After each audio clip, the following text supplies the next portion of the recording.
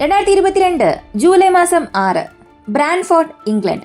സമയം ഏകദേശം രാവിലെ 7:15. UK പോലീസ് ഫിക്സ് വില്യം എന്ന തെരുവിൽ ഗൗരവമായി എന്തോ തിരയുകയായിരുന്നു. അവിടെ താമസിക്കുന്നവരെല്ലാം ആ സ്ഥലത്താണ് മാലിന്യങ്ങൾ തള്ളുന്നത്. അവിടെയാണ് പോലീസ് എന്തോ ഒന്ന് തിരയുന്നത്. അങ്ങനെ തിരയുന്നതിനിടയിൽ ആ മാലിന്യ കൂമ്പാരത്തിൽ ഒരു വലിയ കാർപ്പറ്റ് ഉള്ളത് പോലീസ് ശ്രദ്ധിച്ചു. മാത്രമല്ല, ആ കാർപ്പറ്റിനെ ചുറ്റി ഈച്ചകളുണ്ടായിരുന്നു. കൂടാതെ കാർപ്പറ്റിന് മുകളിൽ ഒരുപാട് മാലിന്യ പെട്ടികളുള്ളതും ശ്രദ്ധിച്ചു. എന്നാൽ ആ വേസ്റ്റ് ബോക്സ് കാണുമ്പോൾ കാർപ്പറ്റ് അതിനടിയിലുള്ളത് അറിയാതിരിക്കാൻ വേണ്ടി അതിനെ മറയ്ക്കാൻ സൂക്ഷിക്കുന്നത് പോലെ തോന്നി. പോലീസ് ആ കാർപ്പറ്റ് പരിശോധിക്കാൻ അടുത്തേക്ക് പോയപ്പോൾ അസഹനീയമായ ദുർഗന്ധം വരുന്നത് ശ്രദ്ധിച്ചു. തങ്ങൾ വിചാരിച്ചത് ശരിയാണ് എന്ന ചിന്തയിൽ പോലീസ് ആ കാർപ്പറ്റ് ഓപ്പൺ ചെയ്ത് നോക്കുന്നു. അതെ, അതിനകത്ത് ഒരു സ്ത്രീയുടെ ഡെഡ് ബോഡി ആയിരുന്നു. അതും അഴുകിയ അവസ്ഥയിലായിരുന്നു.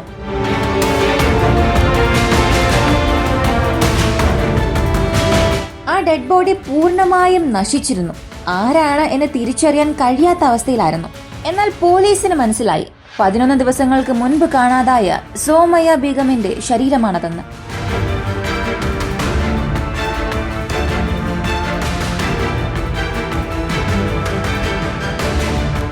ആരാണ് ഈ സോമയ്യ ബീഗം? അവൾക്ക് എന്ത് സംഭവിച്ചു?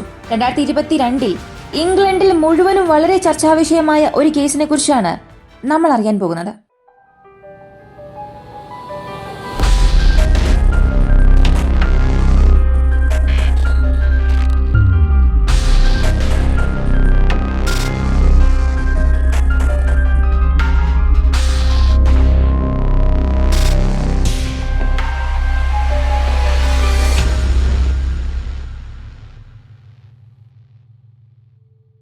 വയസ്സുള്ള സോമയ്യ ബീഗം പാകിസ്ഥാൻ സ്വദേശിയായിരുന്നു. ഇംഗ്ലണ്ടിലെ ഒരു വലിയ സർവകലാശാലയിൽ ബയോമെഡിക്കൽ സയൻസ് പഠിക്കുകയായിരുന്നു. കൂടാതെ മുതിർന്നവരെ നോക്കുന്ന ഒരു കെയർ ടേക്കർ ജോലിയും ചെയ്തു വന്നു. സോമയ്യ പഠിത്തത്തിൽ മിടുക്കിയായിരുന്നു.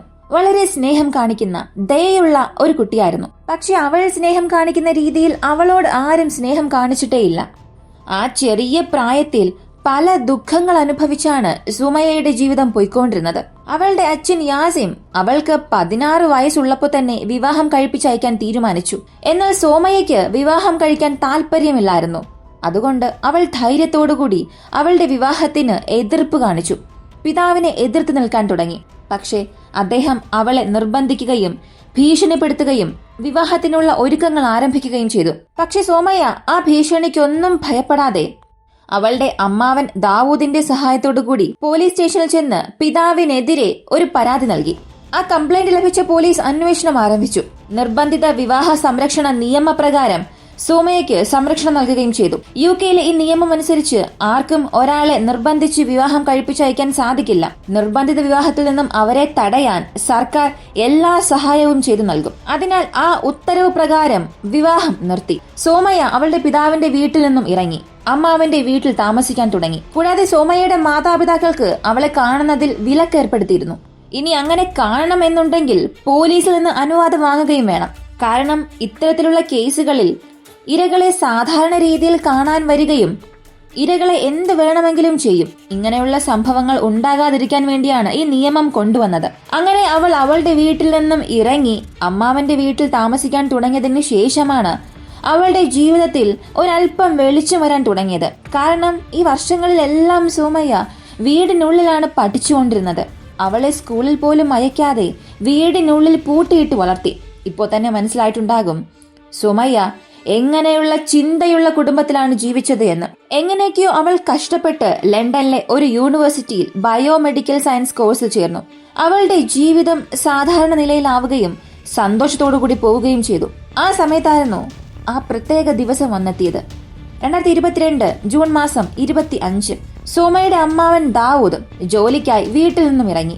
അതിനുശേഷം ഏകദേശം വൈകുന്നേരം ഒരു 6 മണി ജോലി കഴിഞ്ഞ് വീട്ടിലേക്ക് വന്നപ്പോൾ വാതിൽ തുറന്നു കിടക്കുന്നതായിരുന്നു കണ്ടത്. സാധാരണ വീടിന്റെ വാതിൽ ഇങ്ങനെ തുറന്നു കിടക്കാറില്ലല്ലോ എന്ന് ചിന്തിച്ച അദ്ദേഹം വീടിനുള്ളിലേക്ക് കയറി. അകത്ത് കയറിയപ്പോൾ അദ്ദേഹത്തിന്റെ സഹോദരനായ മുഹമ്മദ് ഖാൻ ആ വീടിനുള്ളിൽ ഉണ്ടായിരുന്നു. അവൻ വളരെ ഭയങ്കരനായ ഒരു വ്യക്തിയായിരുന്നു. ചെറിയ ചെറിയ കേസുകളും അയാളുടെ പേരിൽ രജിസ്റ്റർ ആയിട്ടുണ്ട്. ദാവൂദ് അയാളെ വീടിനുള്ളിൽ കണ്ടതും ഒരല്പം ഞെട്ടി. എന്നിട്ട് പെട്ടെന്ന് തന്നെ അവനെ വീടിൽ നിന്നും പുറത്തിറക്കി. പിന്നീട് വീടിനുള്ളിലേക്ക് കയറി സോമയ്യയുടെ പേര് പറഞ്ഞ് വിളിക്കാൻ തുടങ്ങി.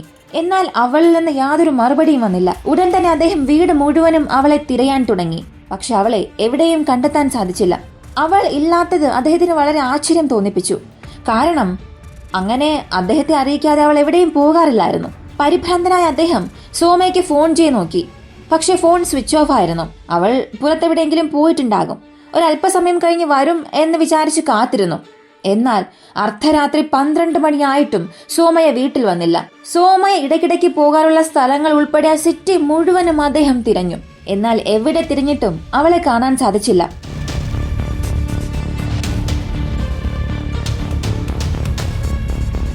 അതിനാൽ അടുത്ത ദിവസം ഉച്ചയ്ക്ക് 1 മണിയോടുകൂടി ഈ സംഭവങ്ങളെല്ലാം പോലീസിൽ പറഞ്ഞ് ഒരു കംപ്ലൈന്റ് രജിസ്റ്റർ ചെയ്തു. കംപ്ലൈന്റ് ലഭിച്ച പോലീസ് അവളുടെ മൊബൈൽ നമ്പറിലേക്ക് വിളിച്ചു. പക്ഷെ ഫോൺ സ്വിച്ച് ഓഫ് ആയിരുന്നു. മുഹമ്മദ് വന്നതിന് ശേഷമാണ് സോമയെ കാണാതായത് എന്നറിഞ്ഞ പോലീസ് അന്വേഷണത്തിനായി അവനെ ഫോൺ വിളിച്ചു നോക്കി. എന്നാൽ ഫോൺ റിംഗ് ആകുന്നുണ്ട്, എടുക്കുന്നില്ല. അതിനാൽ നേരിട്ട് മുഹമ്മദ് താമസിക്കുന്ന ഷിപ്പിംഗ് കണ്ടെയ്നറിലേക്ക് പോകുന്നു. അവിടെ അവൻ വളരെ ശാന്തനായി വിശ്രമിക്കുകയായിരുന്നു. പോലീസ് വന്നത് കണ്ട് ഒരല്പം പോലും പരിഭ്രാന്തനാകാതെ എന്താണ് കാര്യമെന്ന് ചോദിച്ചു.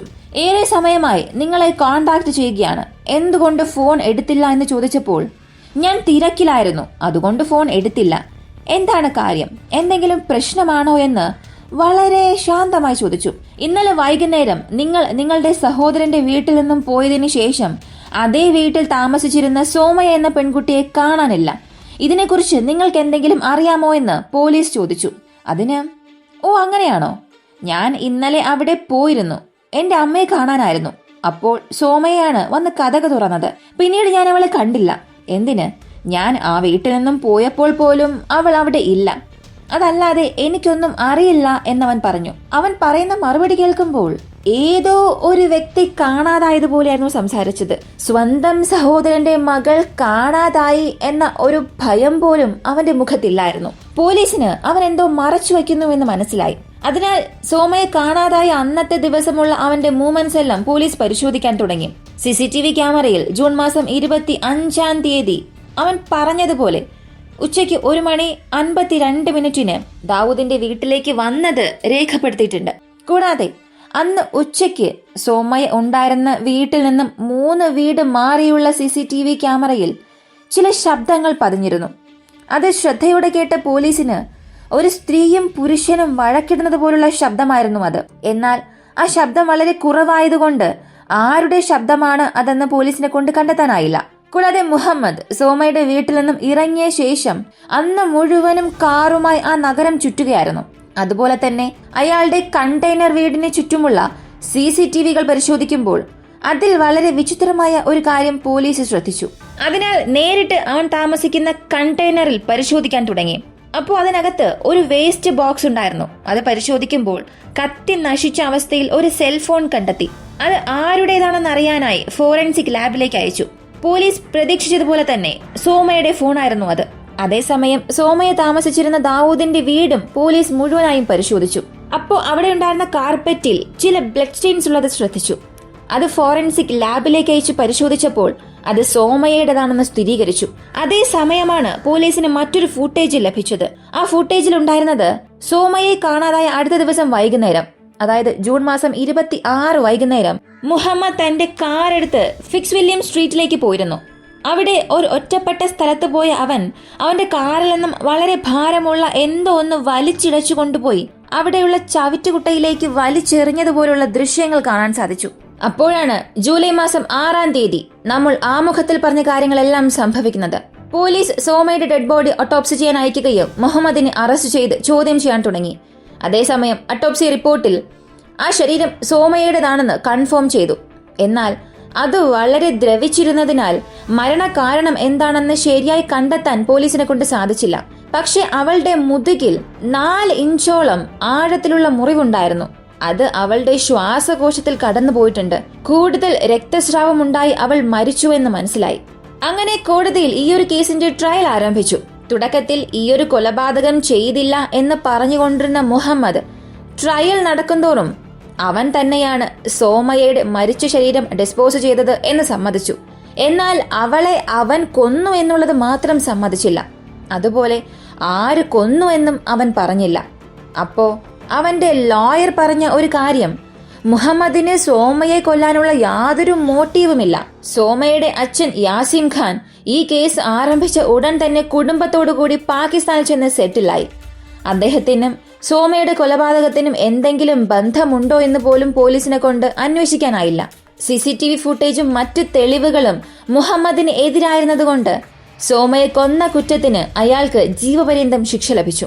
ഈ ഒരു കേസിൽ ഇത്രയും തെളിവുകൾ മാത്രമാണ് ലഭിച്ചത്. അവൻ എങ്ങനെയാണ് കൊന്നത്, എന്തിനു കൊന്നു, മറ്റു വിവരങ്ങളൊന്നും തന്നെ ലഭിച്ചില്ല. എന്റെ അഭിപ്രായത്തിൽ തീർച്ചയായും ഇതൊരു പദ്ധതിയിട്ട കൊലപാതകമാണ്. സോമയുടെ അച്ഛൻ യാസിമിന് ഇതിൽ വലിയൊരു പങ്കുണ്ടെന്നുള്ളത് തീർച്ചയാണ്. തീർച്ചയായും ഇതൊരു ദുരഭിമാന കൊലപാതകം തന്നെയാണ്. കാരണം അവൾ അവർക്കെല്ലാം എതിരായിരുന്നു. അത് ആ കുടുംബത്തിലെ നട്ടലില്ലാത്ത പുരുഷന്മാരുടെ അഹന്തയെ സ്പർശിച്ചു. അടുത്ത് ആ കുടുംബത്തിൽ നിന്നും ഏതൊരു സ്ത്രീകൾക്കും അവരെ എതിർത്ത് സംസാരിക്കാനുള്ള ധൈര്യം വരാൻ പാടില്ല എന്ന് അവർ ചെയ്ത ദുരഭിമാന കൊലപാതകമാണിത്. ഇതൊക്കെ പൂർണ്ണമായും താനൊരു പുരുഷനാണ്, തന്നെ ആരെന്ത് ചോദിക്കാൻ കഴിയും, തന്നെ എതിർത്ത് സംസാരിക്കാൻ എങ്ങനെ ഒരു പെൺകുട്ടിക്ക് ധൈര്യം വരും എന്നുള്ള അഹങ്കാരത്തിൽ ചെയ്ത കൊലപാതകമാണ്. ദാവൂദിനെ പോലെ 100 നല്ല പുരുഷന്മാരുള്ള ഇതേ സമൂഹത്തിൽ തന്നെയാണ് യാസിം, മുഹമ്മദിനെ പോലുള്ള ചില വൃത്തികെട്ട മനുഷ്യരുമുള്ളത്. ഈ ഒരു കേസിനെ കുറിച്ചുള്ള നിങ്ങളുടെ അഭിപ്രായം എന്താണ്? സോമയുടെ കൊലപാതകത്തിനുള്ള കാരണം എന്തായിരിക്കും? നിങ്ങളുടെ അഭിപ്രായങ്ങൾ കമന്റിൽ പറയുക. വീഡിയോ ഇഷ്ടമായാൽ മറക്കാതെ ലൈക്ക് ചെയ്യുക. നിങ്ങൾ നൽകുന്ന ഓരോ ലൈക്കും കമന്റുമായിരിക്കും എനിക്ക് കിട്ടുന്ന ഏറ്റവും വലിയ മോട്ടിവേഷൻ. മറ്റുള്ളവരിലേക്ക് ഈ വീഡിയോ എത്തിക്കാനും അത് സഹായിക്കും. മറ്റൊരു വീഡിയോയുമായി വീണ്ടും കാണാം.